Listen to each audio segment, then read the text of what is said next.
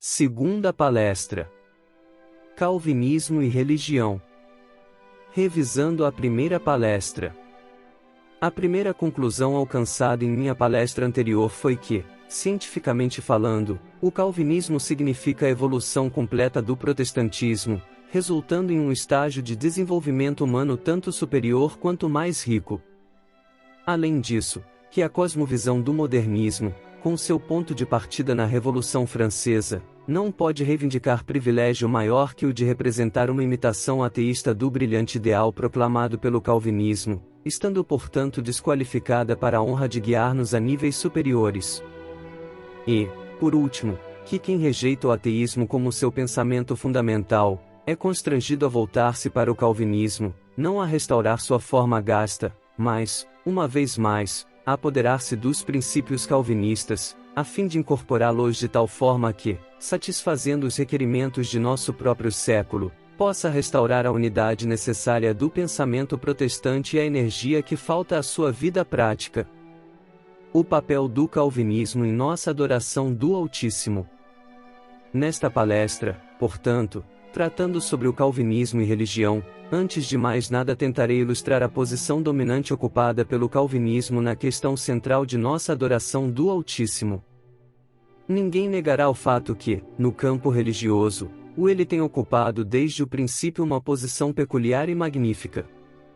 Como que por um toque mágico, ele criou sua própria confissão, sua própria teologia, sua própria organização eclesiástica, sua própria disciplina eclesiástica, sua própria liturgia, e sua própria praxis moral.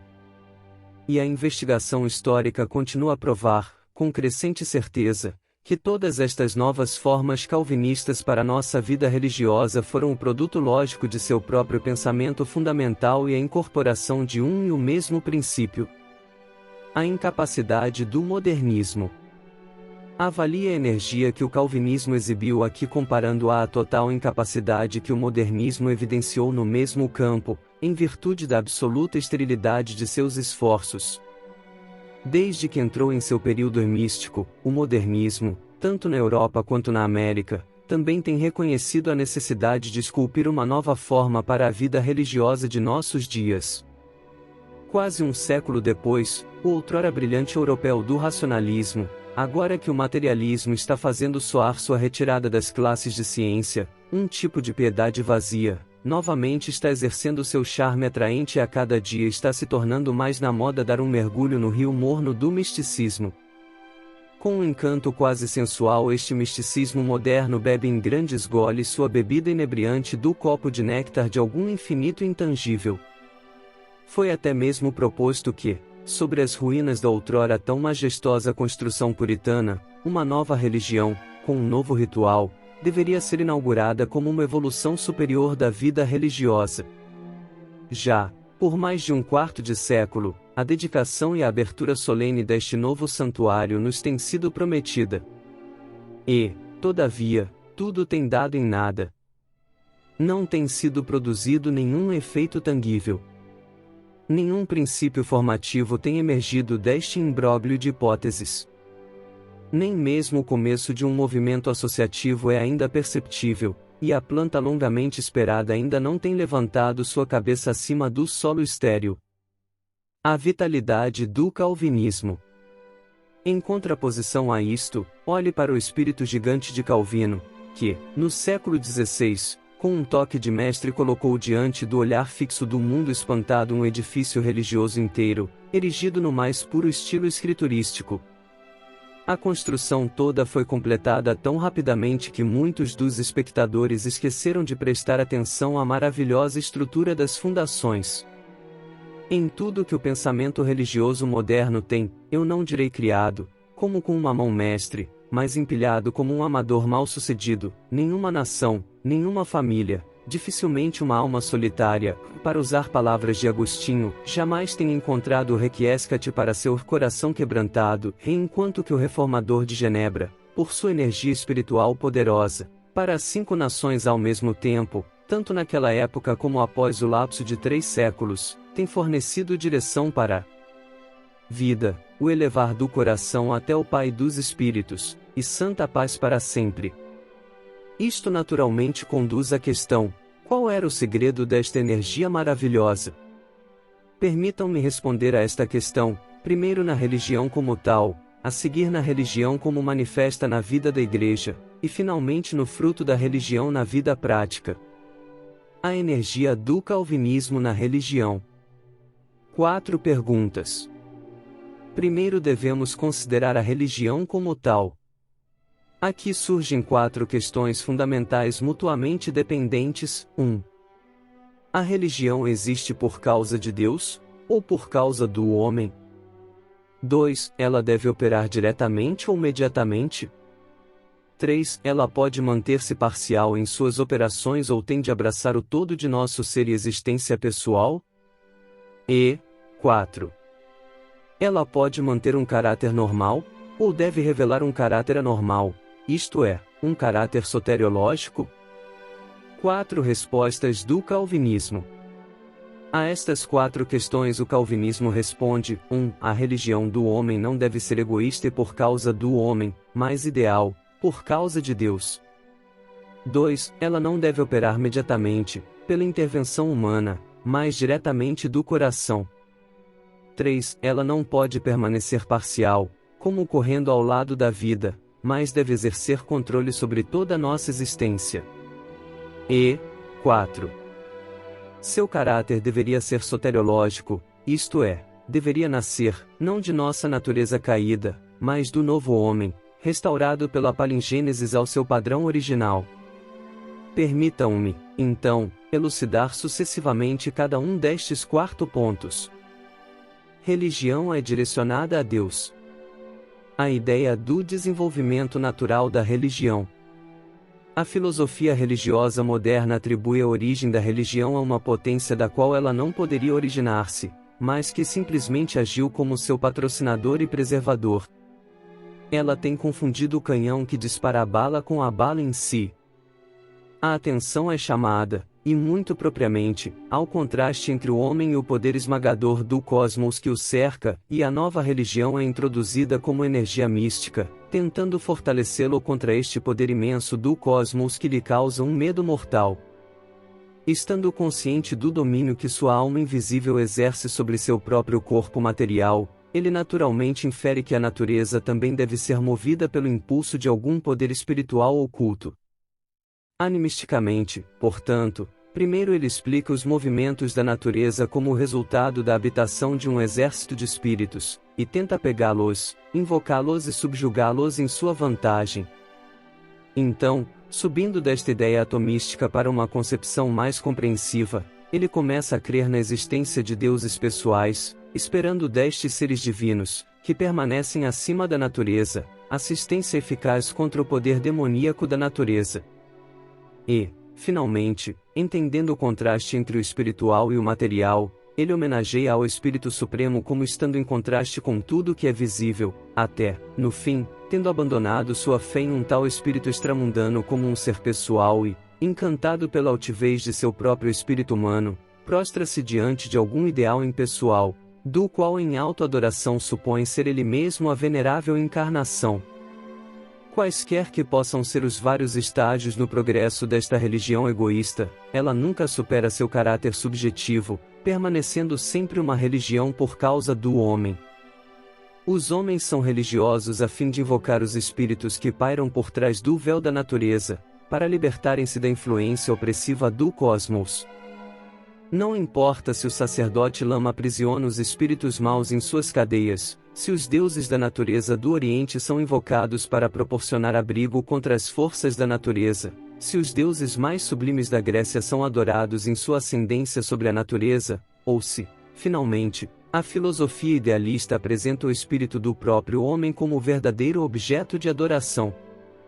Em todas estas diferentes formas ela é e continua sendo uma religião promovida por causa do homem, visando sua salvação, sua liberdade, sua elevação, e em parte também seu triunfo sobre a morte.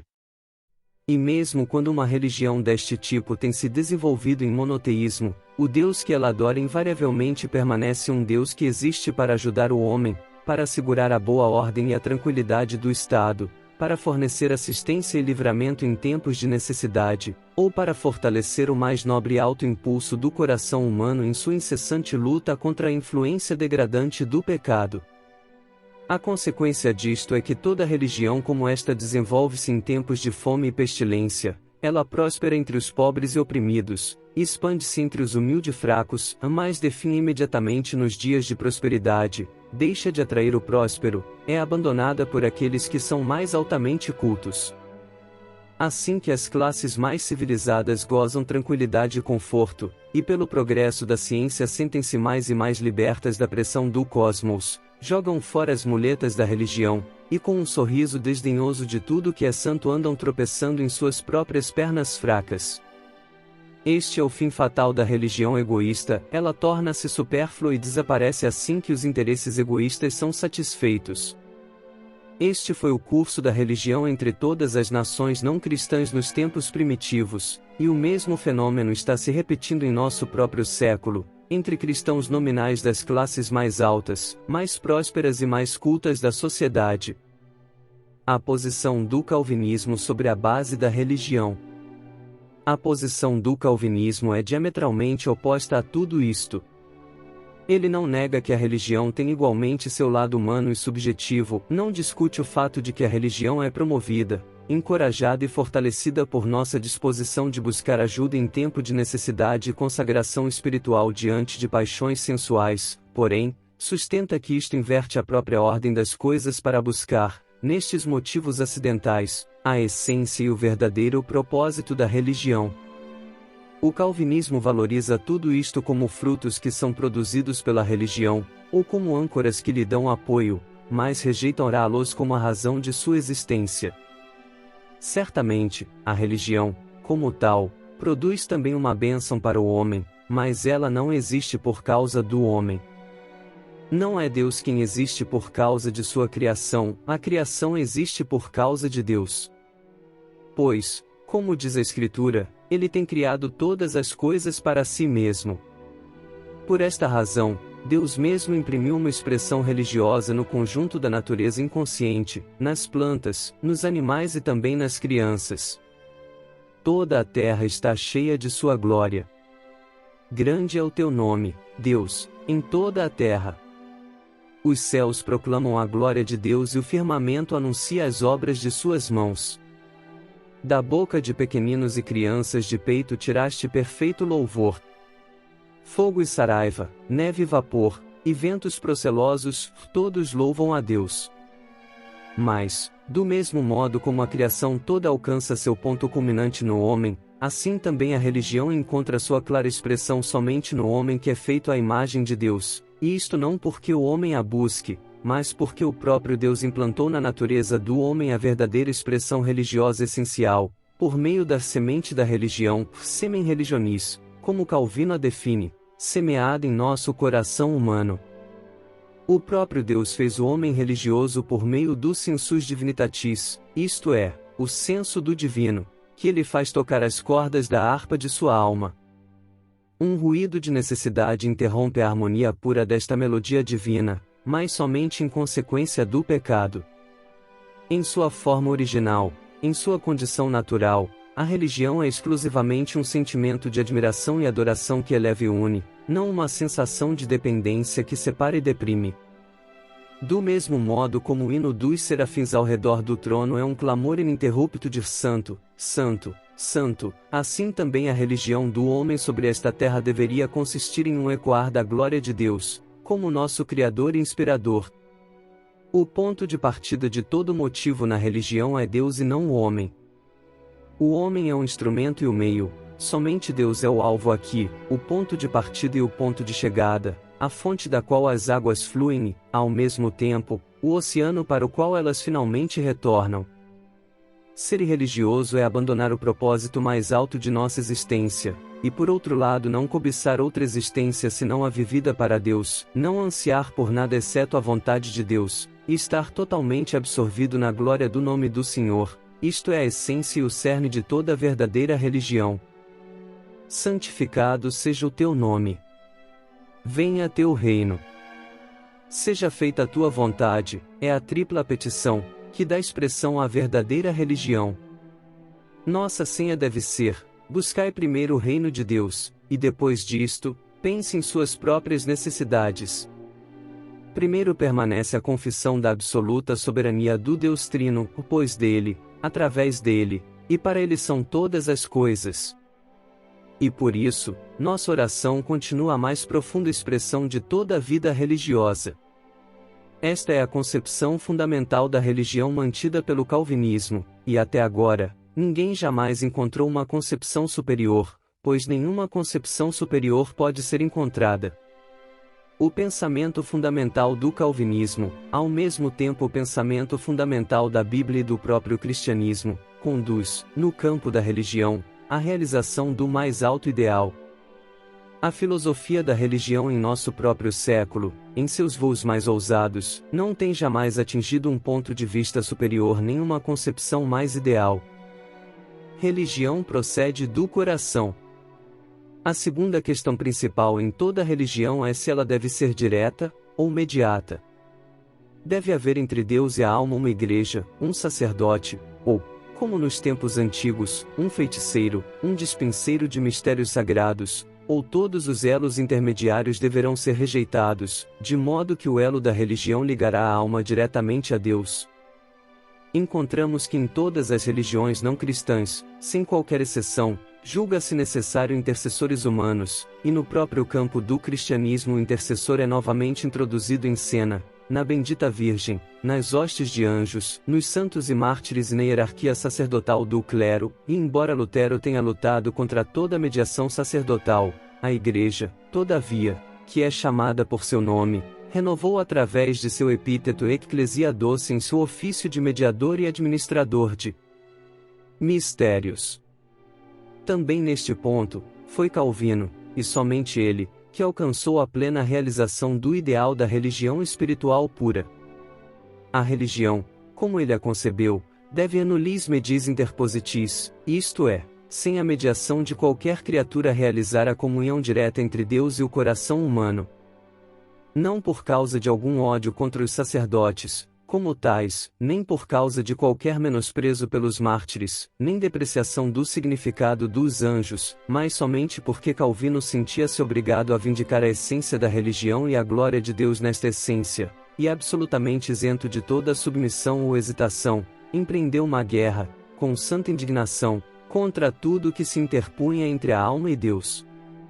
Certamente, ele percebeu claramente que, a fim de ser qualificado para a verdadeira religião, o homem caído necessita de um mediador, mas tal mediador não poderia ser encontrado em qualquer semelhante. Somente o Deus-homem, somente o próprio Deus poderia ser este mediador.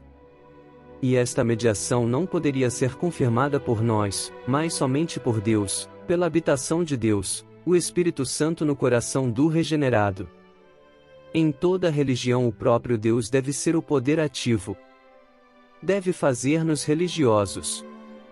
Deve dar-nos a disposição religiosa, nada sendo deixado para nós exceto o poder de dar forma e expressão ao profundo sentimento religioso que ele mesmo despertou no fundo de nosso coração. Nisto, vemos o engano daqueles que consideram Calvino apenas como um Augustinus redivivus. Apesar de sua sublime confissão sobre a santa graça de Deus, Agostinho continuou o bispo. Ele manteve sua posição intermediária entre o Deus Trino e o leigo.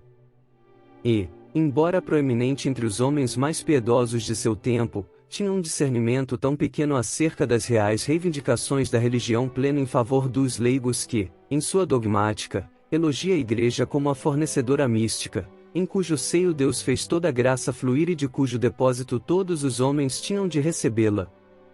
Somente aquele, portanto, que superficialmente restringe sua atenção à predestinação pode confundir agustinianismo e calvinismo. A religião por causa do homem traz consigo a posição de que o homem tem de agir como um mediador por seu próximo. A religião por causa de Deus exclui inexoravelmente toda mediação humana. Visto que o principal propósito da religião continua sendo ajudar o homem, e visto ser entendido que o homem é digno da graça por sua devoção, é perfeitamente natural que o homem de piedade inferior deva invocar a mediação do homem mais santo. outro deve procurar por ele o que não pode procurar por si mesmo.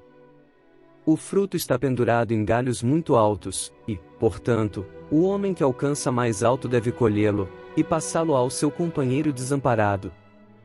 Se, pelo contrário, a exigência da religião é que cada coração humano deva dar glória a Deus, nenhum homem pode comparecer diante de Deus em nome de outro. Então, cada ser humano deve comparecer pessoalmente por si mesmo, e a religião atinge seu alvo somente no sacerdócio universal dos crentes. Até mesmo o bebê recém-nascido deve ter recebido a semente da religião do próprio Deus, e no caso dele morrer sem ser batizado, não deve ser enviado para um limbus inocentium, mas, se eleito, entra, tal como os longevos, na comunhão pessoal com Deus por toda a eternidade. A importância deste segundo ponto na questão da religião, culminando, como faz, na confissão da eleição pessoal, é incalculável. Por um lado, toda religião deve inclinar-se para tornar o homem livre, para que por meio de uma clara afirmação ele possa expressar aquela impressão religiosa geral, gravada sobre a natureza inconsciente pelo próprio Deus. Por outro lado, cada apresentação de um sacerdote ou feiticeiro interpondo-se no campo da religião prende o espírito humano em uma cadeia que o oprime mais miseravelmente quanto mais sua piedade cresce em fervor. Na Igreja de Roma, mesmo nos dias de hoje, os bons católicos estão mais rigorosamente confinados nas prisões do clero. Somente o católico romano cuja piedade tem diminuído é capaz de assegurar para si mesmo uma liberdade parcial por afrouxar, parcialmente, o laço que o liga à sua igreja. Nas igrejas luteranas as prisões clericais são menos confinadoras, todavia estão longe de serem relaxadas inteiramente. Somente nas igrejas que assumem a sua posição no calvinismo, encontramos esta independência espiritual que habilita o crente a opor-se, se necessário for, e por causa de Deus, até mesmo ao mais poderoso oficial na igreja. Somente aquele que pessoalmente permanece diante de Deus por sua própria conta, e goza uma comunhão ininterrupta com Deus, pode apropriadamente exibir as gloriosas asas da liberdade. Tanto na Holanda, na França, na Inglaterra, bem como na América, o resultado histórico oferece a evidência mais inegável do fato que o despotismo não tem encontrado antagonistas mais invencíveis e liberdade de consciência mais corajosa, nem mais resolutos campeões que os seguidores de Calvino. Em última análise, a causa deste fenômeno encontra-se no fato de que o efeito de toda interpretação clerical invariavelmente era, e deve ser, produzir uma religião externa e sufocá-la com formas sacerdotais.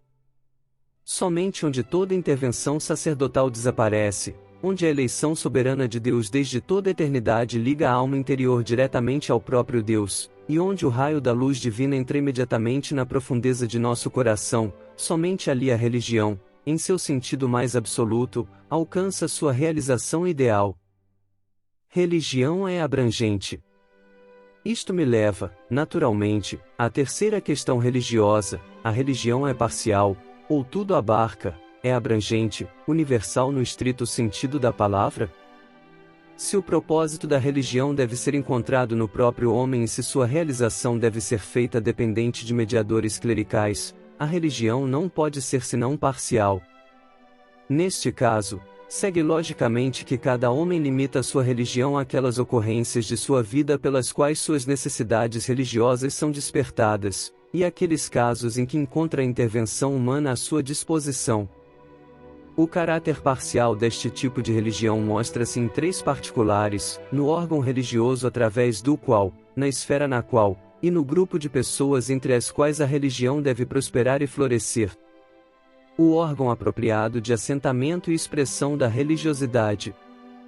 Uma controvérsia recente proporciona uma ilustração pertinente à primeira limitação. Os homens sábios de nossa geração sustentam que a religião deve retirar-se do recinto do intelecto humano. Deve procurar expressar-se por meio de sensações místicas, ou então, por meio de vontade prática. No campo da religião as inclinações místicas e éticas são saudadas com entusiasmo, mas neste mesmo campo o intelecto, como conduzindo a alucinações metafísicas, deve ser amordaçado. A metafísica e a dogmática são cada vez mais declaradas tabus, E o agostinianismo é aclamado sempre mais espalhafatosamente como a solução do grande enigma. Sobre os rios do sentimento e da emoção, a navegação é feita livremente, e a atividade ética está se tornando a única pedra de toque para testar o ouro religioso, mas a metafísica é evitada como afogando-nos em um pântano. Tudo quanto se anuncia com a pretensão de um dogma axiomático é rejeitado como contrabando irreligioso. E embora este mesmo Cristo, que muitos eruditos oram como um gênio religioso, tenha nos ensinado enfaticamente: tu amarás a Deus, não apenas com todo o teu coração e com toda a tua força, mas também com toda a tua mente. Todavia eles, pelo contrário, aventuram-se a dispensar nossa mente, ou intelecto, como inapta para uso neste campo santo, e como não preenchendo os requerimentos de um órgão religioso. A esfera de vida na qual a religiosidade é expressa. Assim é encontrado o órgão religioso não no todo de nosso ser, mas em parte dele, estando limitado a nossos sentimentos e a nossa vontade. Consequentemente, também a esfera da vida religiosa deve assumir o mesmo caráter parcial. A religião fica excluída da ciência, e sua autoridade do campo da vida pública. Doravante a câmara interior, a cela de oração e o segredo do coração deveriam ser seus lugares de habitação exclusiva. Por sua expressão do Soust, Kant limitou a esfera da religião à vida ética. Os místicos de nossos dias baniram a religião para os abrigos do sentimento. E o resultado é que, de modos diferentes, a religião, outrora força central da vida humana, é agora colocada ao lado dela, e é forçada a esconder-se em um lugar distante, quase privado da prosperidade do mundo. O grupo de pessoas que expressa a religiosidade. Isto nos conduz, naturalmente, à terceira nota característica deste conceito parcial da religião, a religião como não pertencendo a todos, mas somente ao grupo de pessoas piedosas entre nossa geração. Assim, a limitação do órgão da religião conduz à limitação de sua esfera, e a limitação de sua esfera, consequentemente, conduz à limitação de seu grupo ou círculo entre os homens. Do mesmo modo como se entende que a arte tem um órgão próprio dela, uma esfera própria e, portanto, também seu próprio círculo de devotos, assim também deve acontecer com a religião, segundo este conceito. Deste modo ocorre que a grande maioria das pessoas está quase destituída de sentimento místico e força de vontade energética. Por esta razão elas ou não têm percepção do brilho do misticismo, ou são realmente incapazes de atos piedosos. Mas há também aqueles cuja vida interior está transbordante com um senso do infinito, ou que estão cheios de santa energia, e entre estes é que a piedade e a religião florescem mais brilhantemente tanto em seu poder imaginativo, como em sua capacidade de realização. A Igreja Católica e a visão parcial da religião. A partir de um ponto de vista completamente diferente, Roma, gradual e crescentemente, foi favorável aos mesmos conceitos parciais. Ela conhecia a religião somente como existente em sua própria igreja, e considerava que a influência da religião deveria limitar-se àquela porção da vida que havia consagrado. Reconheço plenamente que ela tentou atrair toda a vida humana, tanto quanto possível, para dentro da esfera santa, mas tudo fora desta esfera, tudo não tocado pelo batismo, nem aspergido por sua água benta, estava destituído de toda eficiência religiosa genuína. E assim, como Roma traçou uma linha divisória entre o lado consagrado e o lado profano da vida, também subdividiu seu próprio recinto sagrado segundo os diferentes graus de intensidade religiosa, o clero e a clausura constituindo o santo dos santos, o laicato piedoso formando o lugar santo, deixando assim o átrio para aqueles que, embora batizados, continuaram a preferir mais os prazeres pecaminosos do mundo à devoção eclesiástica, um sistema de limitação e divisão que, para aqueles no átrio, acabou colocando 9/10 da vida prática fora de toda a religião. Assim, a religião tornou-se parcial, pela transferência de dias ordinários para dias santos, de dias de prosperidade para tempos de perigo e enfermidade, e da plenitude da vida para o tempo de aproximação da morte. Um sistema dualista que encontrou sua expressão mais enfática na praxis do carnaval, dando à religião um controle pleno da alma durante as semanas da Quaresma, mas deixando uma oportunidade à carne para esvaziar até a última gota o copo cheio de prazer, se não de euforia e insensatez, antes de retirar-se para o vale da contrição. O calvinismo e a visão abrangente da religião. Todo este conceito sobre o assunto é duramente antagonizado pelo calvinismo, que vindica para a religião seu caráter universal pleno, e sua completa aplicação universal. Se tudo que existe por causa de Deus, então segue-se que a criação toda deve dar glória a Deus. O sol, a lua e as estrelas no firmamento, os pássaros do céu, toda a natureza ao nosso redor, mas, acima de tudo, o próprio homem, que, como sacerdote, deve fazer convergir para Deus toda a criação e toda a vida que se desenvolve nela. E embora o pecado tenha insensibilizado grande parte da criação para a glória de Deus, a exigência, o ideal, permanece imutável, que cada criatura deve ser submergida no rio da religião, e terminar por colocar-se como uma oferta religiosa sobre o altar do Todo-Poderoso. Uma religião limitada a sentimentos ou vontade é, portanto, impensável para o calvinista. A sagrada unção do sacerdote da criação deve descer para sua barba e para a orla de sua vestimenta. Todo o seu ser, incluindo todas as suas habilidades e poderes, deve ser impregnado pelo sensus divinitatis, e como então poderia ser excluída sua consciência racional, o que está nele, a luz do pensamento que vem de Deus para iluminá-lo? Para o calvinista era a própria negação do Logos eterno possuir seu Deus no mundo subterrâneo de seus sentimentos, e nas consequências do exercício de sua vontade, mas não em seu eu interior, no próprio centro de sua consciência, e seu pensamento, ter estabelecido pontos de partida para o estudo da natureza e fortalezas axiomáticas para a vida prática, mas não ter estabelecido suporte em seus pensamentos acerca do próprio Criador. O mesmo caráter de universalidade foi reivindicado pelos calvinistas para a esfera da religião e seu círculo de influência entre os homens. Tudo o que tem sido criado foi, em sua criação, suprido por Deus com uma lei imutável de sua existência. E porque Deus tem ordenado plenamente tais leis e ordenanças para toda a vida, o calvinista exige que toda a vida seja consagrada ao seu serviço, em estrita obediência. Portanto, Calvino abomina a religião limitada ao gabinete, à cela ou à igreja. Com o salmista, ele invoca o céu e a terra, invoca todas as pessoas e nações a dar glória a Deus. Deus está presente em toda a vida com a influência de seu poder onipresente e todo-poderoso, e nenhuma esfera da vida humana é concebida na qual a religião não sustente suas exigências para que Deus seja louvado, para que as ordenanças de Deus sejam observadas, e que todo labora seja impregnado com sua hora em fervente e contínua oração. Onde quer que o homem possa estar, tudo quanto possa fazer, em tudo que possa aplicar sua mão, na agricultura, no comércio e na indústria, ou sua mente, no mundo da arte e ciência, ele está, seja no que for, constantemente posicionado diante da face de seu Deus, está empregado no serviço de seu Deus, deve obedecer estritamente seu Deus, e acima de tudo, deve objetivar a glória de seu Deus.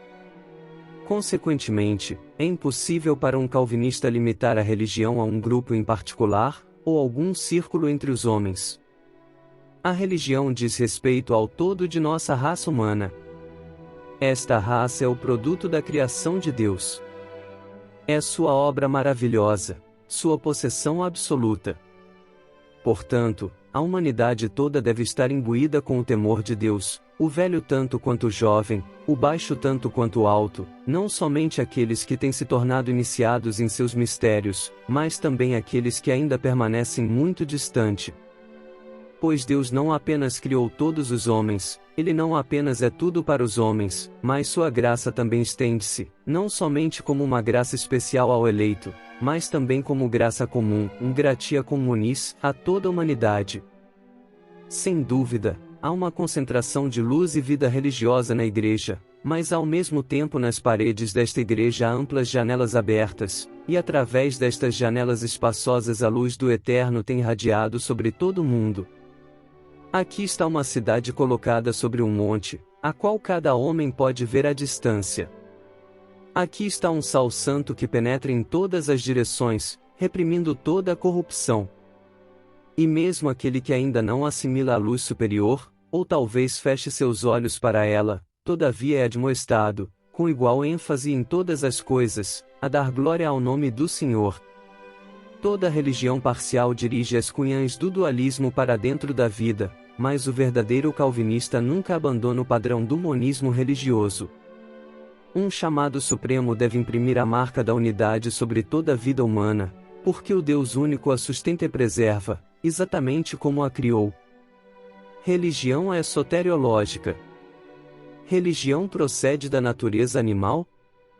Isto nos conduz, sem qualquer transição adicional, à nossa quarta questão principal, a saber, deve a religião ser normal ou anormal, isto é, soteriológica?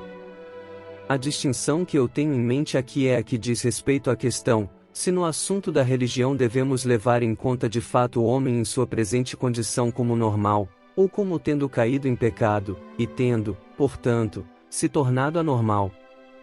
No último caso, a religião deve assumir necessariamente um caráter soteriológico.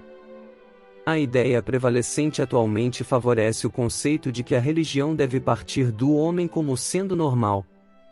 Certamente não como se nossa raça, como um todo, já deveria estar conformada à mais alta norma religiosa. Isto ninguém afirma. Todos sabem muito bem que não se faz uma afirmação absurda como esta. Aliás, nos deparamos com muita irreligiosidade e o desenvolvimento religioso imperfeito continua sendo a regra. Mas, precisamente neste progresso lento e gradual das formas mais baixas para os ideais mais altos, o desenvolvimento exigido por este conceito normal de religião argumenta que ele tem encontrado confirmação. Segundo este conceito, os primeiros traços de religião são encontrados nos animais. Eles são vistos nos cachorros que adoram seus donos, e como o Homo sapiens desenvolve-se do chimpanzé, somente assim a religião entra em um estágio mais alto. Desde então a religião tem passado através de todas as notas da escala. Atualmente, ela está engajada em soltar-se das ataduras da igreja e do dogma, a pronunciar o que é de novo considerado um estágio mais alto, a saber, o sentimento inconsciente do infinito desconhecido. O homem foi criado com religião pura. Toda esta teoria é oposta por aquela outra e completamente diferente teoria, que, sem negar a preformação do que é simplesmente humano, no animal, ou o fato que, se vocês me permitem dizer assim, os animais foram criados segundo a imagem do homem, do mesmo modo como o homem foi criado segundo a imagem de Deus, todavia sustenta que o primeiro homem foi criado em perfeita relação com seu Deus, isto é, como imbuído de uma religião pura e genuína e, consequentemente, explica as formas mais baixas, imperfeitas e absurdas de religião encontradas no paganismo, não como resultado de sua criação, mas como a consequência de sua queda. Estas formas mais baixas e imperfeitas de religião não devem ser entendidas como o processo que conduz de uma inferior a uma superior, mas como uma degeneração lamentável, uma degeneração, que, segundo a natureza do caso, torna a regeneração da verdadeira religião possível somente pelo caminho soteriológico. Então, na escolha entre estas duas teorias o calvinismo não permite hesitação. Colocando-se diante de Deus também com esta questão, o calvinista foi tão impressionado com a santidade de Deus que a consciência de culpa imediatamente dilacerou sua alma, e a natureza terrível do pecado pressionou seu coração como com um peso intolerável. Pecado, enraizado na natureza humana. Toda tentativa de explicar o pecado como um estágio incompleto no caminho rumo à perfeição provocava sua ira, como um insulto à majestade de Deus.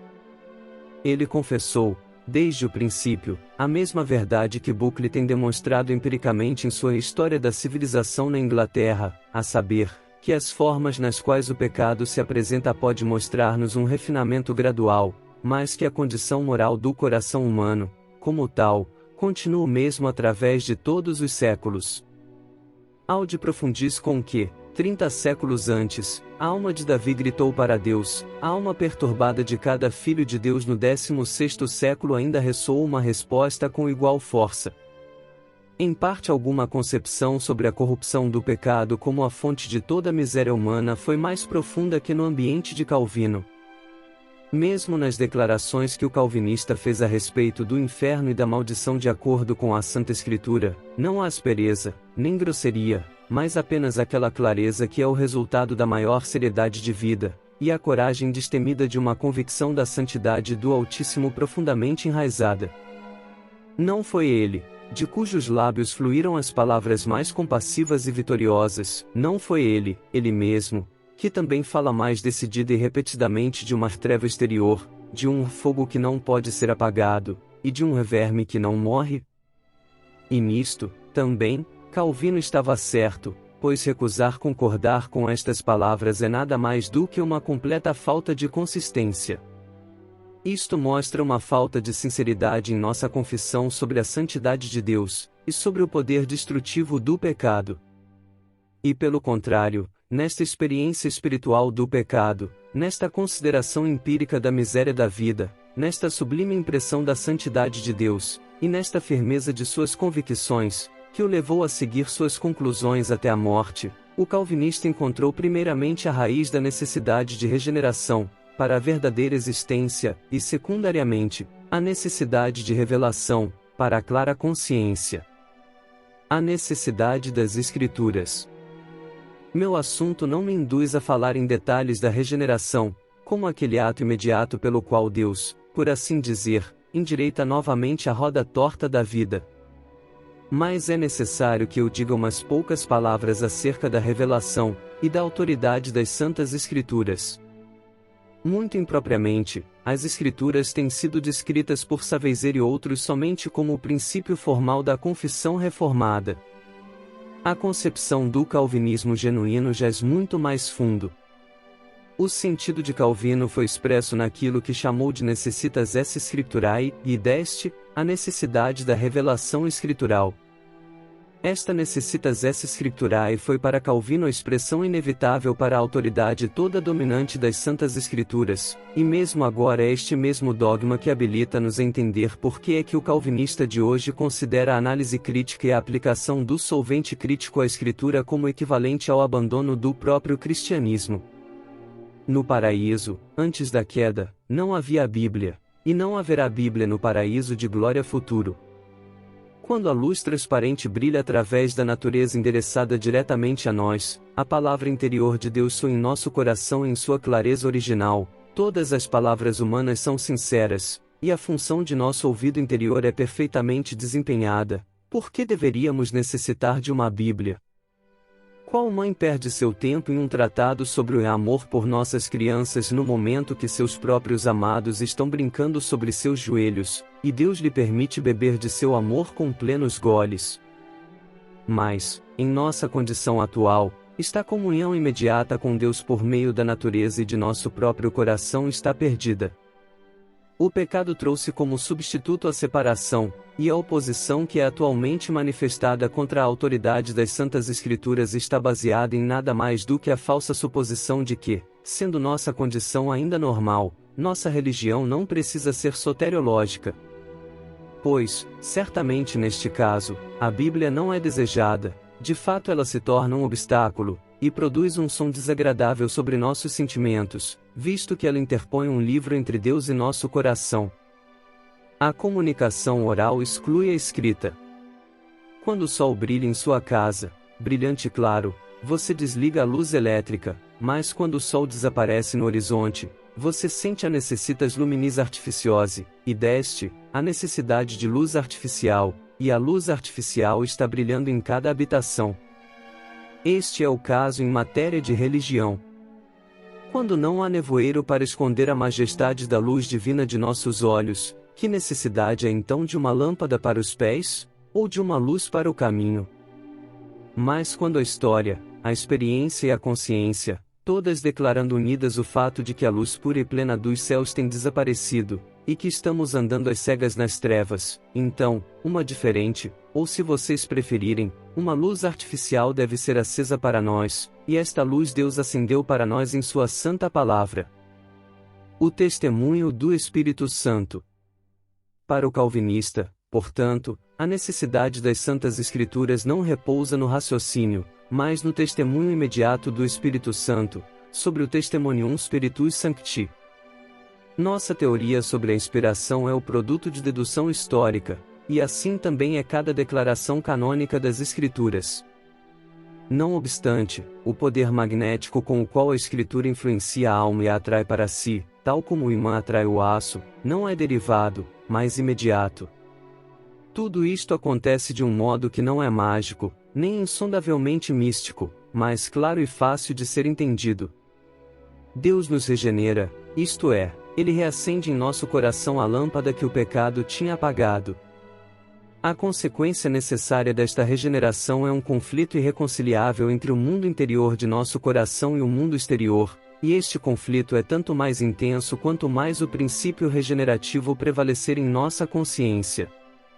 Então, na Bíblia, Deus revela ao regenerado um mundo de pensamento, um mundo de energia, um mundo de vida plena e bela, que colocasse em direta oposição a este mundo ordinário, mas que prova concordar de um modo maravilhoso com a nova vida que tem surgido em seu coração. Assim, o regenerado começa a avaliar a identidade do que está em ativo no fundo de sua própria alma, e do que é revelado a ele na Escritura, por esse meio aprendendo tanto sobre a futilidade do mundo ao seu redor, como sobre a realidade divina do mundo das Escrituras, e assim que isto se torna uma certeza para ele, ele tem recebido pessoalmente o testemunho do Espírito Santo. Tudo o que está nele anseia pelo Pai de todas as luzes e espíritos. Fora da Escritura ele descobriu somente sombras vagas. Mas agora que ele olhou para cima, através do prisma das Escrituras, redescobriu seu Pai e seu Deus. Por esta razão ele não coloca algemas na ciência. Se alguém deseja criticar, deixe criticar. Até mesmo este ato de criticar sustenta a promessa que ele aprofundará nosso próprio discernimento sobre a estrutura do edifício da Escritura. Apenas nenhum calvinista jamais permite ao crítico tirar de sua mão, por um momento, o próprio prisma que fraciona o raio de luz divino em suas matizes e cores brilhantes. Nenhum apelo à graça aplicada no interior, nada que aponte para o fruto do Espírito Santo, pode habilitá-lo a dispensar a necessitas que o ponto de vista soteriológico da religião entre pecadores carrega consigo. Como simples entidades nós compartilhamos nossa vida com as plantas e os animais. A vida inconsciente nós compartilhamos com as crianças, com o homem adormecido, e até mesmo com o homem que perdeu sua razão. Aquilo que nos distingue como seres superiores e como homens amplamente conscientes, é nossa plena autoconsciência, e portanto, se a religião, como a mais alta função vital, deve operar também nesta esfera mais alta da autoconsciência, deve seguir que a religião soteriológica, junto com a necessitas da palingênesis interior também exige a necessitas de uma luz assistente, da revelação estar brilhando em nosso crepúsculo. E esta luz assistente vinda do próprio Deus, mas dada a nós pela agência humana, brilha sobre nós em sua santa palavra. Resumindo a posição do calvinismo sobre os grandes problemas da religião. Resumindo o resultado de nossa investigação até aqui, eu posso expressar minha conclusão como segue. Em cada um dos 4 grandes problemas da religião, o calvinismo tem expresso sua convicção em um dogma apropriado e cada vez tem feito aquela escolha que mesmo agora, após 3 séculos, satisfaz a procura mais ideal e deixa o caminho aberto para um desenvolvimento sempre mais rico.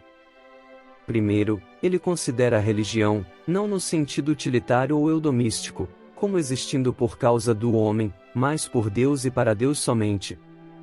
Este é seu dogma da soberania de Deus. Secundariamente, na religião não deve haver nenhuma intermediação de qualquer criatura entre Deus e a alma, toda religião é a obra imediata do próprio Deus no coração interior. Esta é a doutrina da eleição. Em terceiro, a religião não é parcial mas universal, este é o dogma da graça comum ou universal.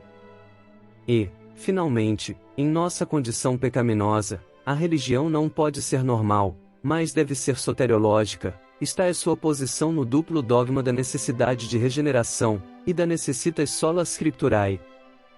O conceito calvinista da Igreja de Cristo. Tendo considerado a religião como tal, e vindo agora para a Igreja em sua forma organizada, ou sua aparência fenomenal, eu apresentarei, em 3 estágios sucessivos, a concepção calvinista sobre a essência, a manifestação e o propósito da Igreja de Cristo sobre a Terra. A essência da Igreja. Para o calvinista, a Igreja em sua essência é um organismo espiritual, incluindo céu e terra, mas na atualidade tendo seu centro e o ponto de partida para sua ação, não sobre a terra, mas no céu.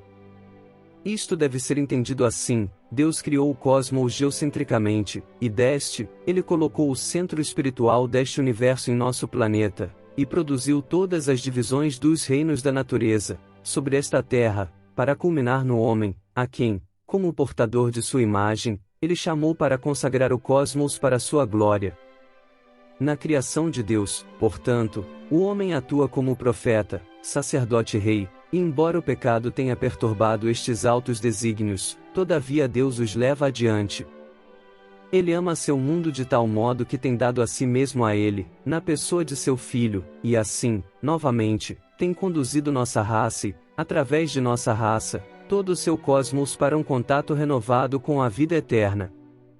Certamente muitos ramos e folhas caíram da árvore da raça humana, todavia a própria árvore será salva, em sua nova raiz em Cristo, uma vez mais florescerá gloriosamente. Pois a regeneração não salva uns poucos indivíduos isolados para serem finalmente unidos mecanicamente como uma pilha agregada. A regeneração salva o próprio organismo de nossa raça. E, portanto, toda a vida humana regenerada forma um corpo orgânico do qual Cristo é a cabeça, e cujos membros são mantidos juntos por sua união mística com Ele.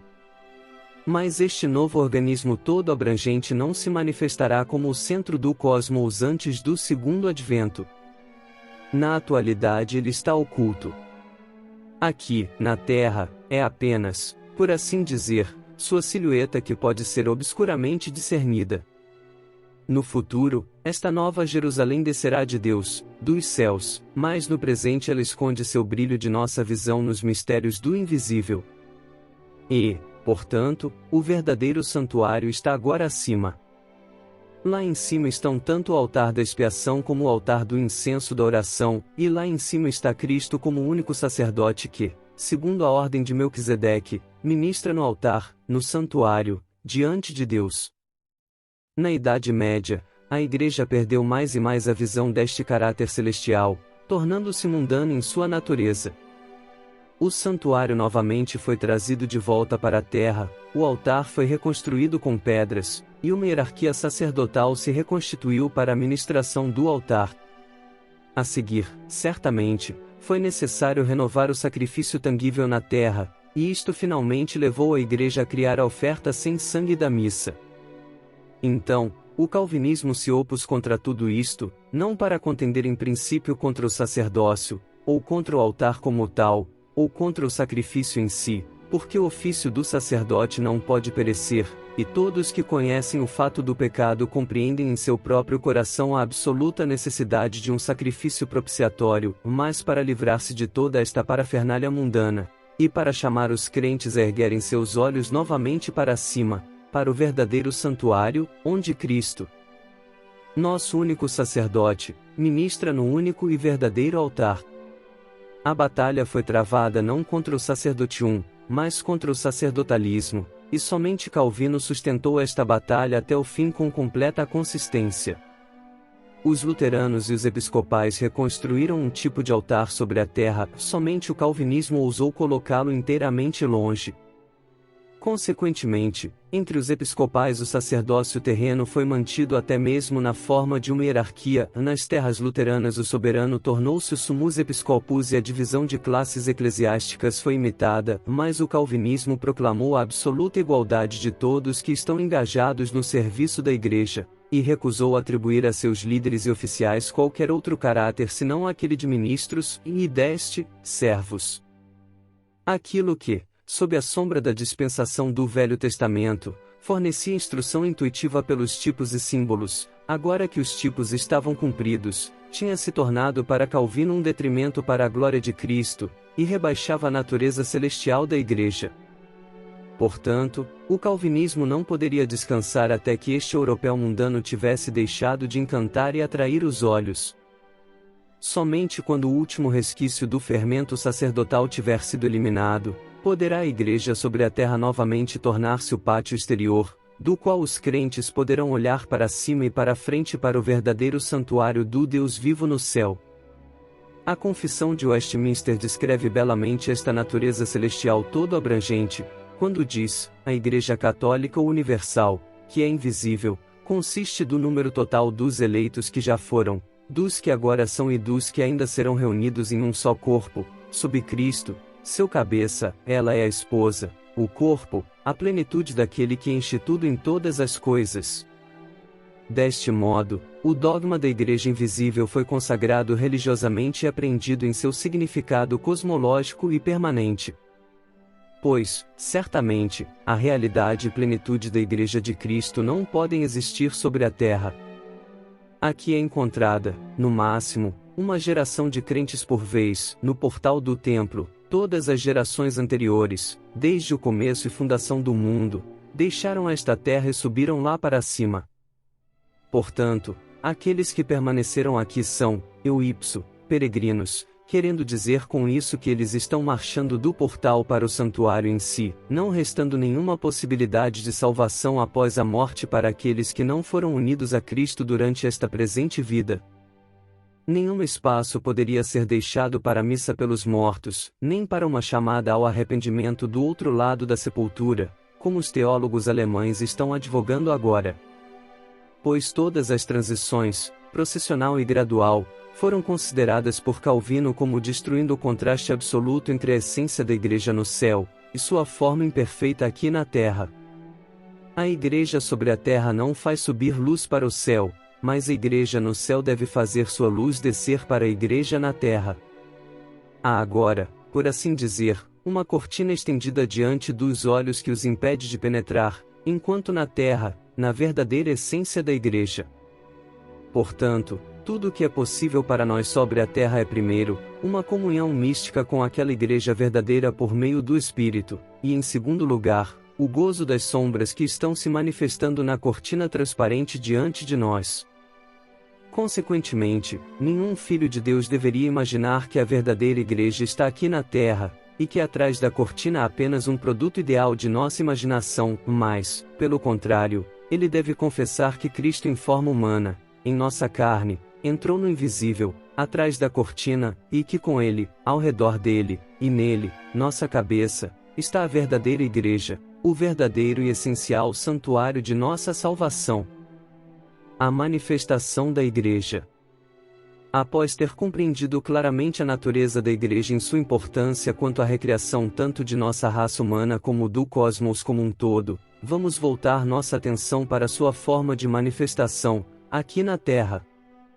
Como tal, ela se apresenta para nós em diferentes congregações locais de crentes, grupos de confessores, vivendo em alguma união eclesiástica em obediência às ordenanças do próprio Cristo. A Igreja na Terra não é uma instituição para a dispensação da graça, como se fosse uma dispensa de medicamentos espirituais.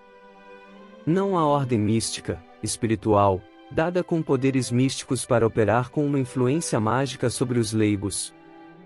Há somente indivíduos regenerados e confessos, que, de acordo com a ordem escriturística, e sob a influência do elemento soteriológico de toda religião, têm formado uma sociedade e estão se esforçando para viver juntos em subordinação a Cristo como seu Rei. Somente isto é a Igreja na Terra, não o edifício, nem a instituição, nem uma ordem espiritual.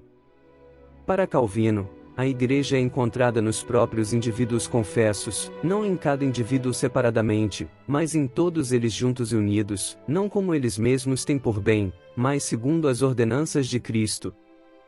O sacerdócio universal dos crentes deve ser realizado na Igreja sobre a terra. Não me entendam mal. Não estou dizendo, a Igreja consiste de pessoas piedosas unidas em grupos com propósitos religiosos. Isto, em si mesmo, nada teria em comum com a Igreja. A Igreja verdadeira, celestial, invisível deve manifestar-se na Igreja terrena. Senão, vocês terão uma sociedade, mas não uma Igreja. Então a verdadeira essência aí continua sendo o corpo de Cristo, do qual as pessoas regeneradas são membros. Portanto, a Igreja na Terra consiste somente daqueles que têm sido incorporados a Cristo, que curvam-se diante dele, vivem em sua palavra, e mantêm-se fiéis às suas ordenanças, e por esta razão a Igreja na Terra deve pregar a palavra, administrar os sacramentos, e exercer a disciplina e em tudo colocar-se perante a face de Deus. Isto ao mesmo tempo determina a forma de governo dessa Igreja na Terra. Este governo, como a própria Igreja, origina-se no céu, em Cristo. Mais efetivamente, ele dirige, governa a sua Igreja por meio do Espírito Santo, por quem opera em seus membros. Portanto, sendo todos iguais debaixo dele, não pode haver distinção de classes entre os crentes, há somente ministros que servem, guiam e regulam uma forma completamente presbiteriana de governo, o poder da Igreja descendo diretamente do próprio Cristo, para a congregação, da congregação concentrado nos ministros, e por eles sendo administrado aos irmãos. Deste modo, a soberania de Cristo mantém-se absolutamente monárquica, mas o governo da Igreja na Terra torna-se democrático para seus ossos e medulas, um sistema que conduz logicamente a este outro resultado, que todos os crentes e todas as congregações estando numa posição igual, nenhuma igreja pode exercer qualquer domínio sobre uma outra, mas que todas as igrejas locais são da mesma classe, e como manifestações de um e o mesmo corpo somente podem estar unidas sinodalmente por meio de confederação. Deixe-me chamar sua atenção para outra consequência muito importante deste mesmo princípio, a saber, para a multiformidade de denominações como a consequência necessária da diferenciação das igrejas, segundo os diferentes graus de sua pureza. Se a igreja deve ser considerada uma instituição da graça, independente dos crentes, ou uma instituição na qual o sacerdócio hierárquico distribui o tesouro da graça confiado a ela, o resultado deve ser que esta mesma hierarquia se estende através de todas as nações, e confere a mesma marca a todas as formas de vida eclesiástica. Mas, se a igreja consiste na congregação de crentes, se são formadas pela união dos confessores e estão unidas somente por meio da confederação, então as diferenças de clima e de nação, de passado histórico e de disposição mental contribuem para exercer uma influência que produz variedade, e a multiformidade em questões eclesiásticas deve ser a consequência. Uma consequência, portanto, de alcance muito mais importante, porque aniquila o caráter absoluto de cada igreja visível e coloca todas lado a lado, como diferindo em graus de pureza, mas mantendo sempre de um modo ou de outro uma manifestação da Santa e Católica Igreja de Cristo no céu. Não estou dizendo que os teólogos calvinistas têm proclamado esta plena consequência desde o começo. O desejo pelo poder governante também espreitava a porta de seus corações, e mesmo separados desta disposição perigosa era certo e natural para eles julgar teoricamente cada igreja segundo o padrão de seus próprios ideais. Mas isto de modo algum deprecia o grande significado do fato que por considerarem suas igrejas, não como uma hierarquia ou instituição, mas como a assembleia de indivíduos confessores, deram início à vida da igreja, bem como à vida do Estado e da sociedade civil, a partir do princípio de liberdade e não de compulsão. Pois, certamente, em virtude de seu ponto de partida, não havia outro poder eclesiástico superior às igrejas locais, salvo somente o que as próprias igrejas constituíam por meio de sua confederação. Daqui, necessariamente, seguiu-se que as diferenças naturais e históricas entre os homens também deveriam, como uma cunha, forçar seu caminho na vida fenomenal da igreja sobre a terra.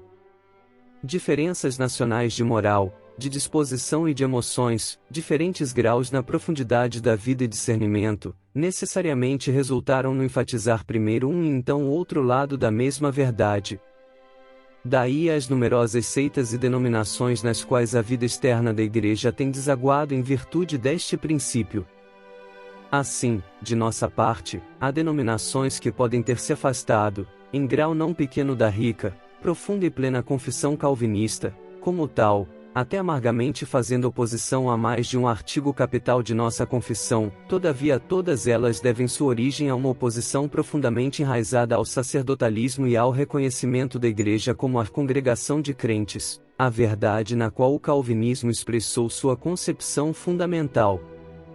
E embora este fato tenha conduzido inevitavelmente a muita rivalidade ímpia, e até mesmo a pecaminosos erros de conduta, ainda, após uma experiência de 3 séculos deve ser confessado que esta multiformidade, que está inseparavelmente ligada ao pensamento fundamental do calvinismo, tem sido muito mais favorável ao crescimento e prosperidade da vida religiosa que a uniformidade compulsória na qual outros procuraram a própria base de sua força.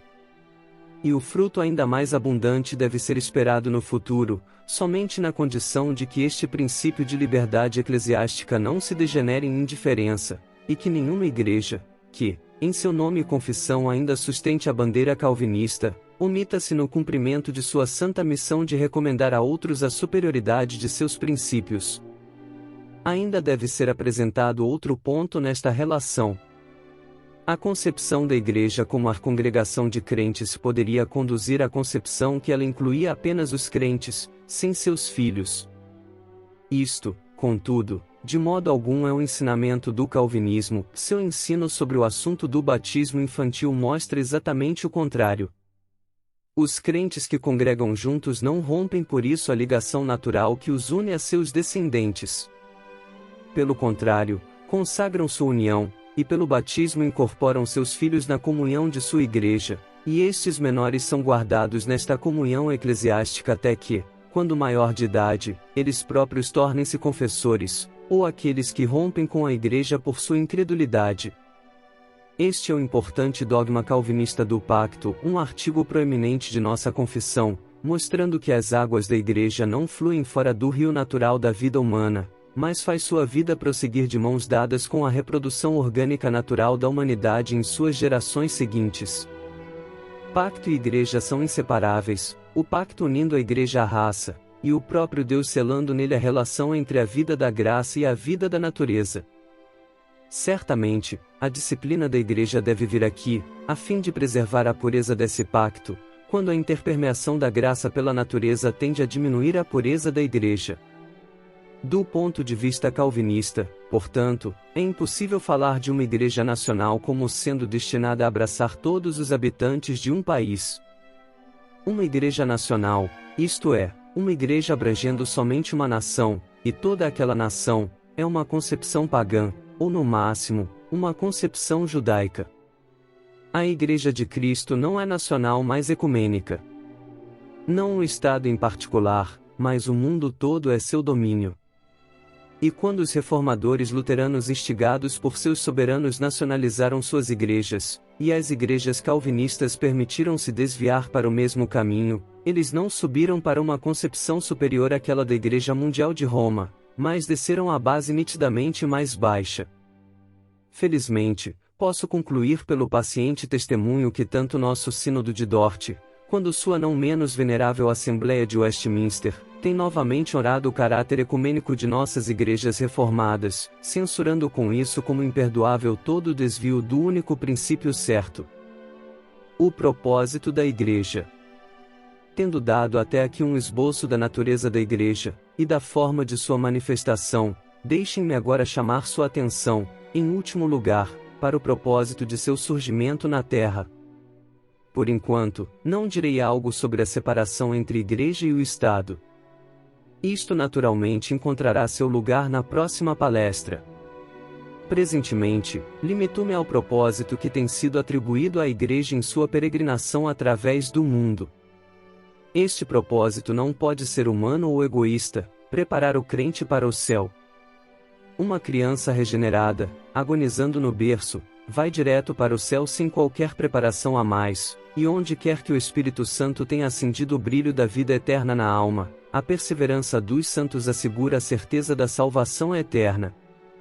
Mais ainda, também sobre a terra, a Igreja existe simplesmente por causa de Deus. A regeneração é suficiente para o homem eleito, para torná-lo seguro de seu destino eterno, mas ela não é suficiente para satisfazer a glória de Deus em sua obra entre os homens.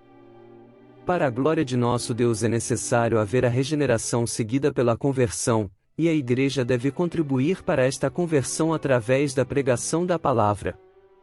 No homem regenerado resplandece a centelha, mas somente no homem convertido a centelha irrompe em uma chama, e esta chama irradia a luz da Igreja no mundo, para que, segundo a ordem de nosso Senhor, nosso Pai que está no céu possa ser glorificado.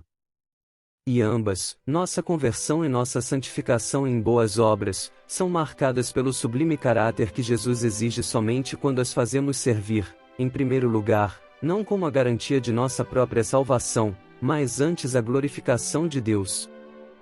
Em segundo lugar, a Igreja deve atiçar esta chama e fazê-la brilhar pela comunhão dos santos e pelos sacramentos. Somente quando centenas de velas estão acesas em um candelabro pode o brilho pleno da suave luz de vela atingir-nos, e o mesmo acontece com a comunhão dos santos que deve unir as muitas pequenas luzes dos crentes individuais, de modo que eles possam aumentar seu resplendor mutuamente. Cristo andando no meio dos 7 castiçais pode purificar sacramentalmente o brilho de seu resplendor até o fervor mais brilhante. Assim, o propósito da Igreja não se encontra em nós, mas em Deus e na glória de seu nome. Deste solene propósito origina-se, do mesmo modo, os cultos rigorosamente espirituais que o calvinismo tentou restaurar no serviço da Igreja.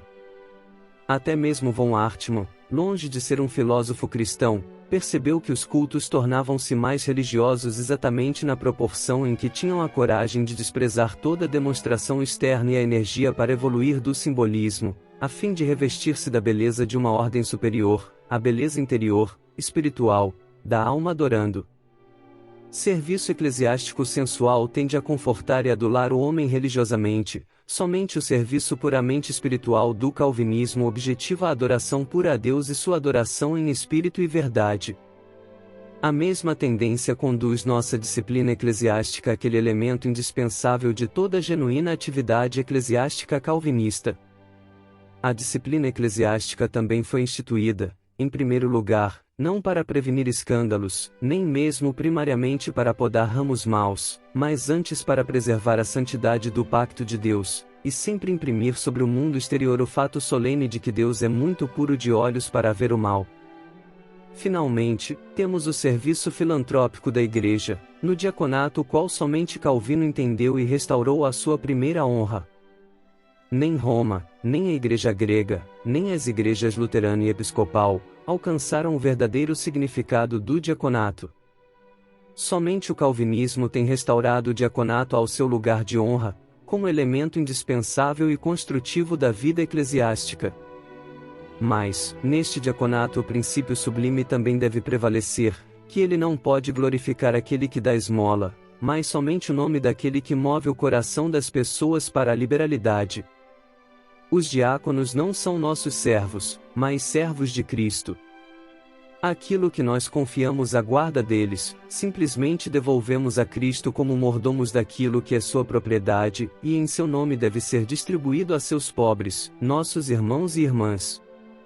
O membro pobre da Igreja que agradece ao diácono e ao doador, mas não a Cristo, realmente nega aquele que é o verdadeiro e divino doador e que através de seus diáconos, propôs tornar manifesto que para o homem integral e para todos os aspectos da vida ele é o Christus Consolator, o Redentor Celestial, ungido e apontado pelo próprio Deus para nossa raça caída desde toda a eternidade.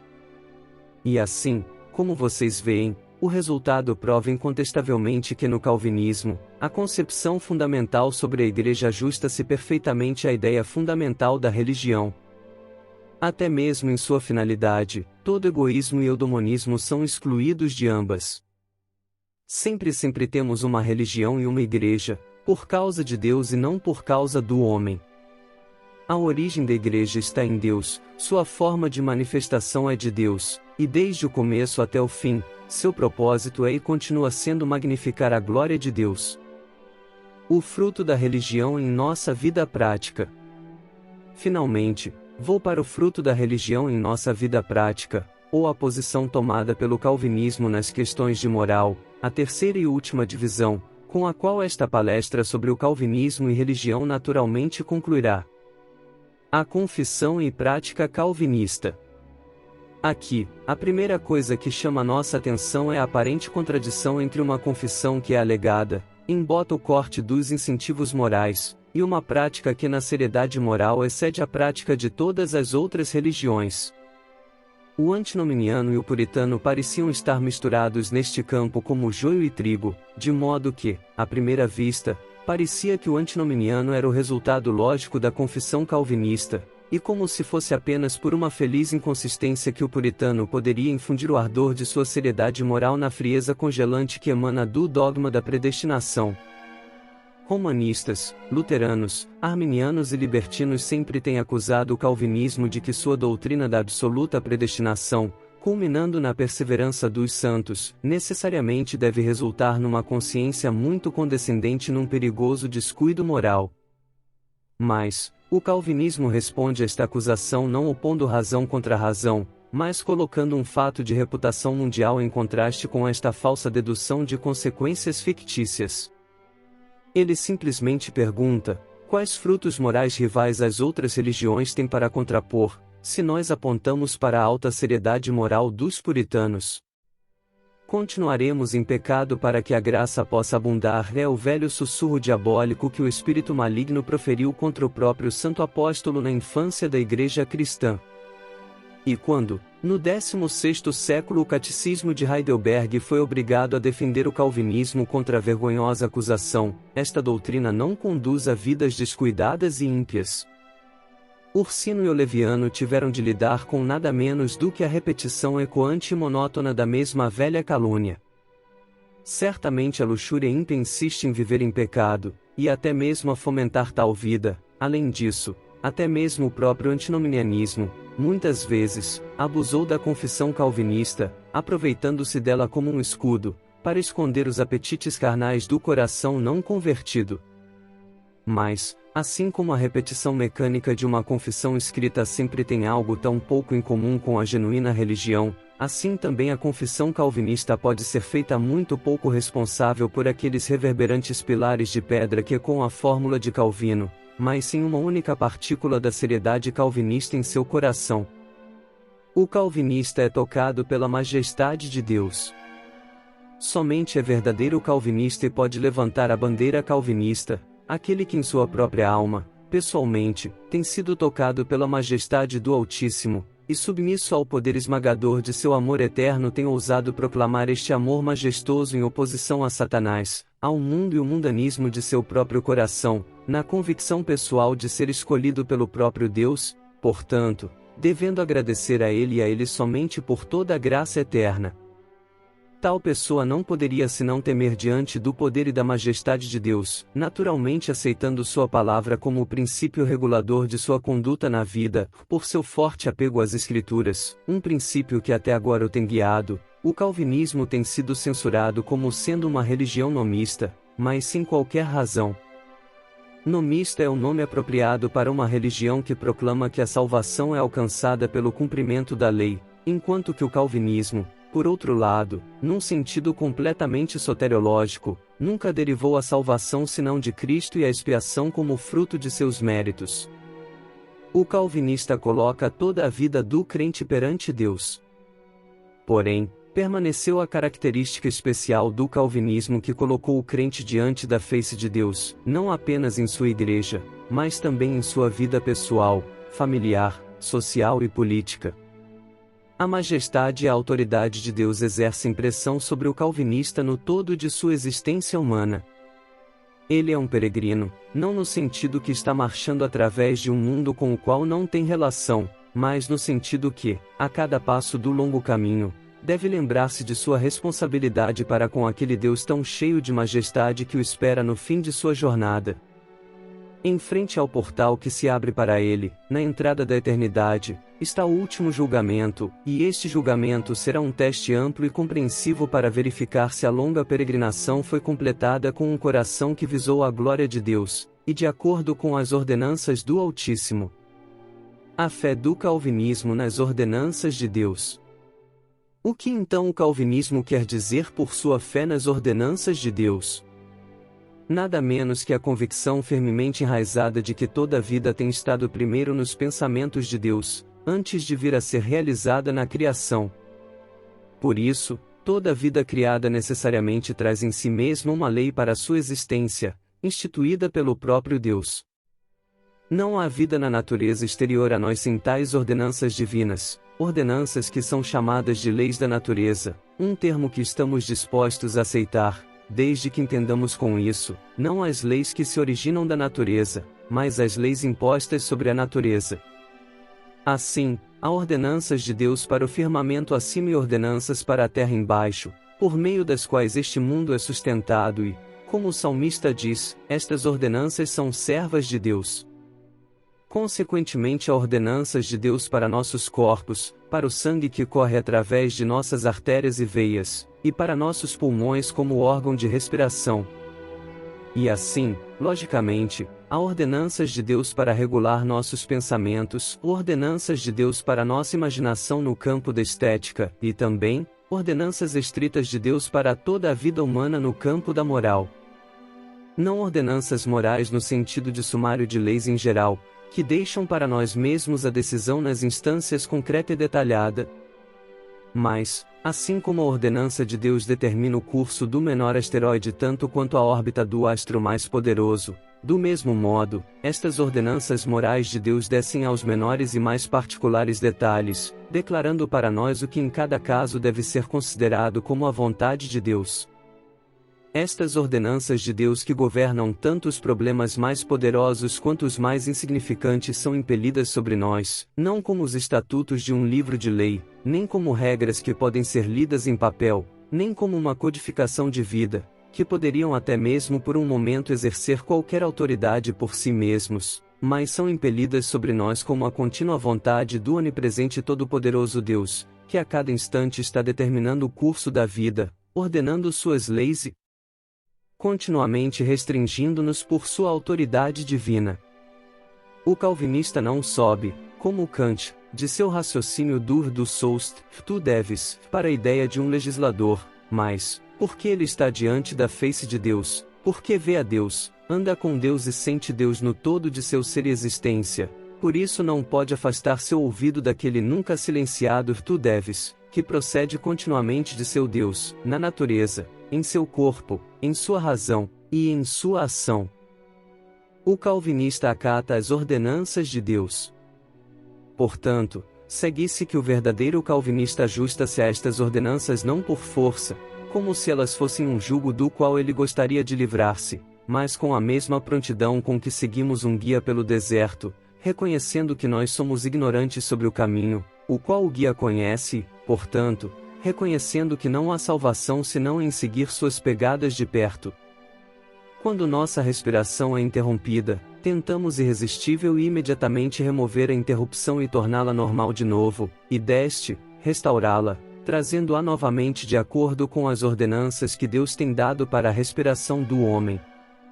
Ser bem-sucedido nisto dá-nos um sentimento inexprimível de alívio. Do mesmo modo, em toda interrupção da vida normal o crente deve esforçar-se, tão rapidamente quanto possível, para restaurar sua respiração espiritual conforme as ordens morais de seu Deus, porque somente depois desta restauração a vida interior pode novamente prosperar livremente em sua alma, e torna-se possível uma renovada ação energética. Portanto, toda distinção entre ordenanças morais gerais e mandamentos cristãos mais especiais é desconhecido para ele.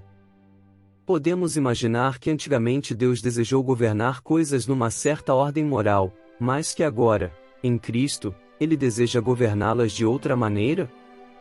Como se Ele não fosse o eterno, o imutável, que, desde o momento da criação, por toda a eternidade, desejou, deseja e desejará e manterá uma e a mesma constante ordem mundial moral. Na verdade, Cristo tem varrido para longe a poeira com que as limitações pecaminosas do homem têm coberto esta ordem mundial, e a tem feito brilhar novamente em seu resplendor original. Verdadeiramente, Cristo, e somente Ele, tem revelado para nós o amor eterno do Cristo que foi, desde o começo, o princípio motor desta ordem mundial. Acima de tudo, Cristo tem fortalecido em nós a habilidade para andar nesta ordem mundial com um passo constante, firme. Mas a própria ordem mundial continua exatamente o que era desde o princípio. Ela apresenta plena reivindicação, não somente para o crente, como se fosse exigido menos do incrédulo, mas para cada ser humano e para todos os relacionamentos humanos. Por isso, O calvinismo não nos leva a filosofar sobre a assim chamada vida moral, como se nós tivéssemos de criar, descobrir ou regulamentar esta vida. O calvinismo simplesmente coloca-nos sob a impressão da majestade de Deus, e sujeita-nos às suas ordenanças eternas e mandamentos imutáveis. Por isso é que, para o calvinista, todo estudo ético está baseado na lei do Sinai, não como se naquele tempo a ordem mundial moral começasse a ser fixada, mas para honrar a lei do Sinai como o resumo divinamente autenticado daquela lei moral original que Deus escreveu no coração do homem, quando de sua criação, e que Deus está reescrevendo nas tábuas de cada coração quando de sua conversão. O calvinista é levado a submeter-se à consciência, não como a um legislador individual que cada pessoa carrega em si, mas como a um direto sensus divinitatis, através do qual o próprio Deus desperta o homem interior e o sujeita a seu julgamento. Ele não impõe a religião com sua dogmática como uma entidade separada, e então coloca sua vida moral com sua ética como uma segunda entidade ao lado da religião, mas impõe a religião como colocando-a na presença do próprio Deus, que com isso inspira com sua vontade divina. Para Calvino, o amor e a adoração são os próprios motivos de toda atividade espiritual, e assim o temor de Deus é conferido à vida toda como uma realidade, na família e na sociedade, na ciência e na arte, na vida pessoal e na carreira política. Um homem redimido que em todas as coisas e em todas as escolhas da vida é controlado somente pela mais penetrante e vibrante reverência do coração por um Deus que está sempre presente em sua consciência, e que sempre o mantém em seus olhos, assim apresenta-se o tipo calvinista na história. Sempre e em todas as coisas a mais profunda, a mais sagrada reverência pelo Deus sempre presente como uma regra de vida, e esta é a verdadeira imagem do puritano original. A interação do calvinista com o mundo. A anulação do mundo nunca foi a marca calvinista, mas o lema do anabatista. O específico dogma anabatista da anulação prova isto. Segundo este dogma, os anabatistas, anunciando-se como os santos, estavam separados do mundo. Eles colocaram-se em oposição a ele. Recusaram-se a prestar juramento, aborreceram todo o serviço militar, condenaram a manutenção de cargos públicos. Formaram um novo mundo aqui, no meio deste mundo de pecado, o qual, contudo, nada tinha a ver com esta nossa presente existência. Rejeitaram toda obrigação e responsabilidade para com o velho mundo, e o evitaram sistematicamente por medo da contaminação e contágio. Mas, é exatamente isto que o calvinista sempre contestou e negou. Não é verdade que há dois mundos, um mau e um bom, que estão encaixados um no outro. É uma e mesma pessoa que Deus criou perfeita e que depois caiu, e tornou-se um pecador, e é este mesmo ego do velho pecador que renasce e que entra na vida eterna. Assim, também, é um e o mesmo mundo que outrora exibiu toda a glória do paraíso, que depois foi atingido com a maldição, e que, desde a queda, é sustentado pela graça comum, que agora tem sido redimido e salvo por Cristo em seu centro e que passará através do horror do julgamento para o estado de glória. Por esta mesma razão, o calvinista não pode calar-se em sua igreja e abandonar o mundo à sua sorte.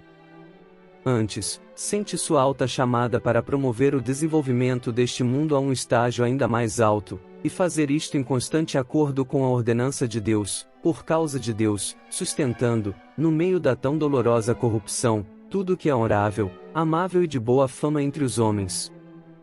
Por isso é que vemos na história, se pode ser permitido que eu fale de meus próprios ancestrais, que o calvinismo tinha sido firmemente estabelecido na Holanda apenas há um quarto de um século, quando houve um sussurro de vida em todas as direções, e uma energia indomável estava fermentando em cada departamento da atividade humana, e seu comércio e negócio, seu artesanato e indústria, sua agricultura e horticultura, sua arte e ciência floresceram com um resplendor não conhecido até então, e deu um novo impulso para um desenvolvimento inteiramente novo da vida a toda a Europa Ocidental.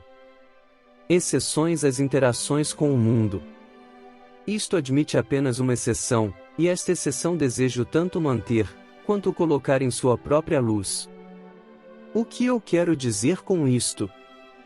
Nem toda relação pessoal com o mundo não convertido é considerada lícita pelo calvinismo, pois ele colocou uma barreira contra a influência muito profana deste mundo, colocando um veto distinto sobre três coisas: jogo de cartas, teatro e dança, três formas de entretenimento que tratarei primeiro separadamente, e então apresentarei em seu significado combinado.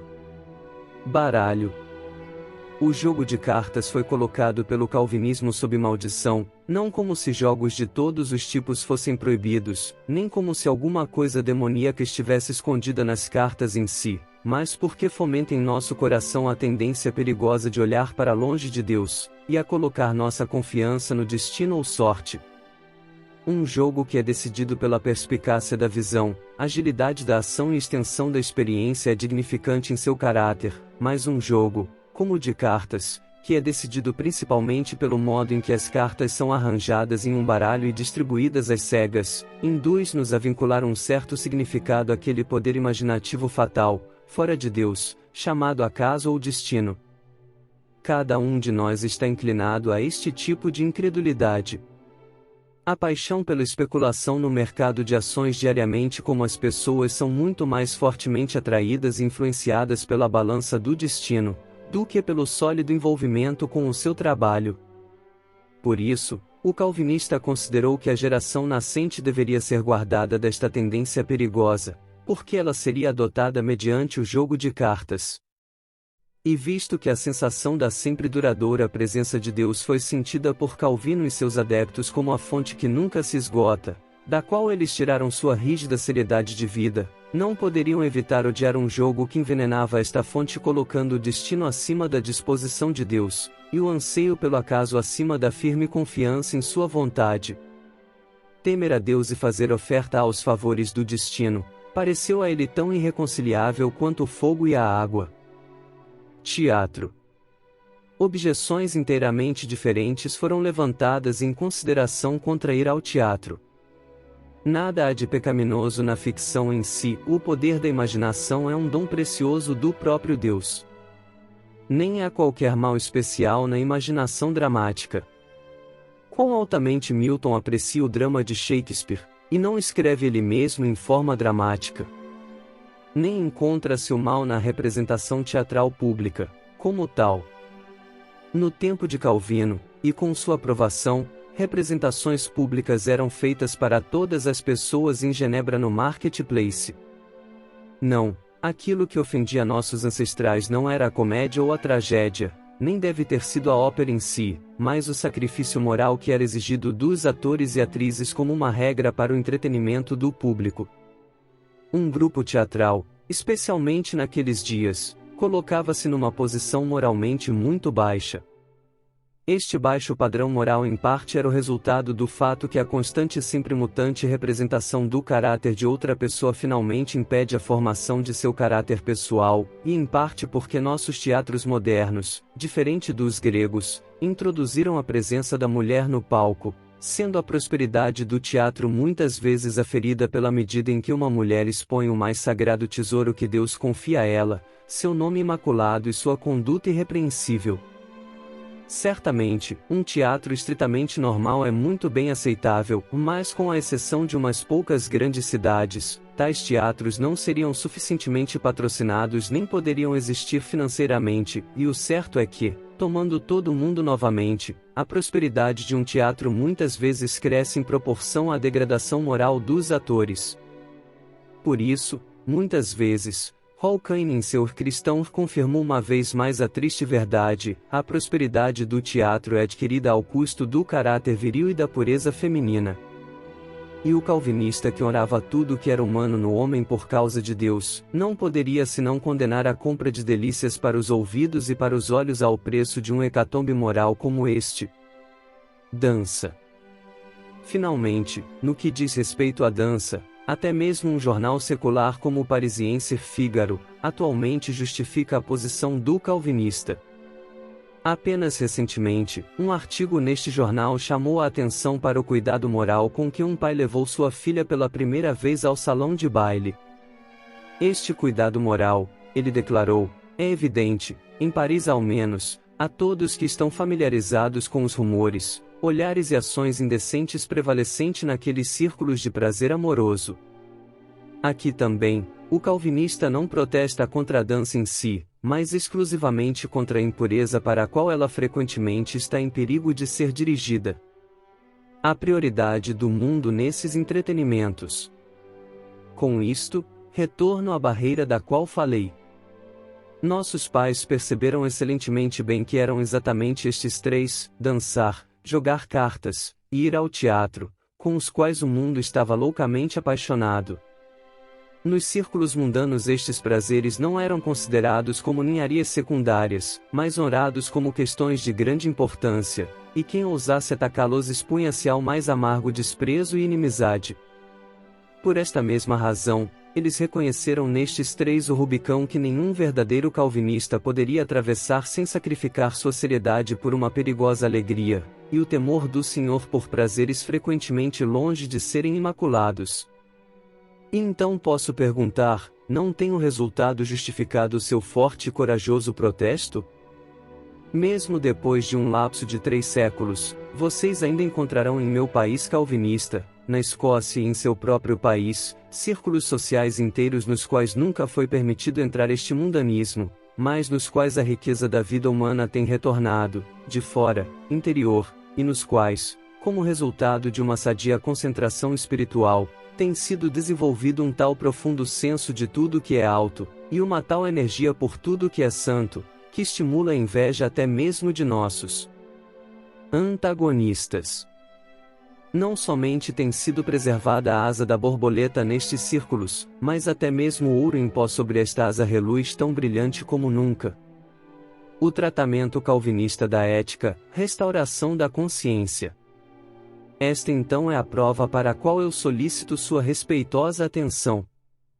Nossa época está muito à frente da época calvinista em sua transbordante massa de ensaios éticos, tratados e exposições eruditas. Na verdade, os filósofos e teólogos competem uns com os outros para revelar-nos, ou esconder de nós, como vocês podem estar satisfeitos em colocá-lo, a estrada certa no campo da moral. Mas há algo que toda esta multidão de estudiosos eruditos não tem sido capaz de fazer. Eles não têm sido capazes de restaurar a firmeza moral à consciência pública debilitada. Antes, devemos lamentar que sempre mais e mais as fundações de nosso edifício moral estão sendo gradualmente afrouxadas e desarranjadas, até que finalmente não seja deixada nenhuma fortaleza na qual o povo, em suas mais amplas classes, possa sentir que a certeza moral para o futuro está garantida.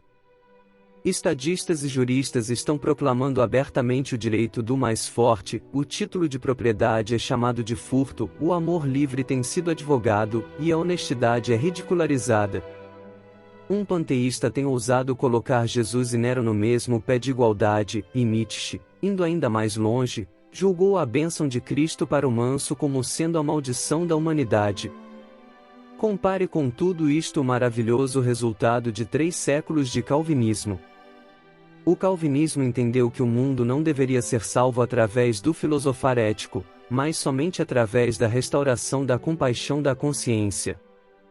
Portanto, não entregou-se ao raciocínio, mas apelou diretamente para a alma, e colocou-a face a face com o Deus vivo, de modo que o coração temeu sua santa majestade, e nesta majestade, descobriu a glória de seu amor. E quando, voltando em sua revisão histórica, vocês observam quão completamente corrupto e podre o calvinismo encontrou o mundo, a que profundidade a vida moral naquele tempo tinha afundado, na corte entre o povo, no clero e entre os líderes da ciência, entre homens e mulheres, entre as classes mais altas e mais baixas da sociedade, então qual crítico entre vocês ousará negar a palma de vitória moral ao calvinismo, que em uma única geração, embora perseguido desde o campo de batalha até o cadafalso, criou através de 5 nações ao mesmo tempo, grandes grupos de homens nobres sérios, e mulheres mais nobres ainda, até agora não ultrapassados na eminência de suas concepções ideais e inigualáveis no poder de seu autocontrole moral.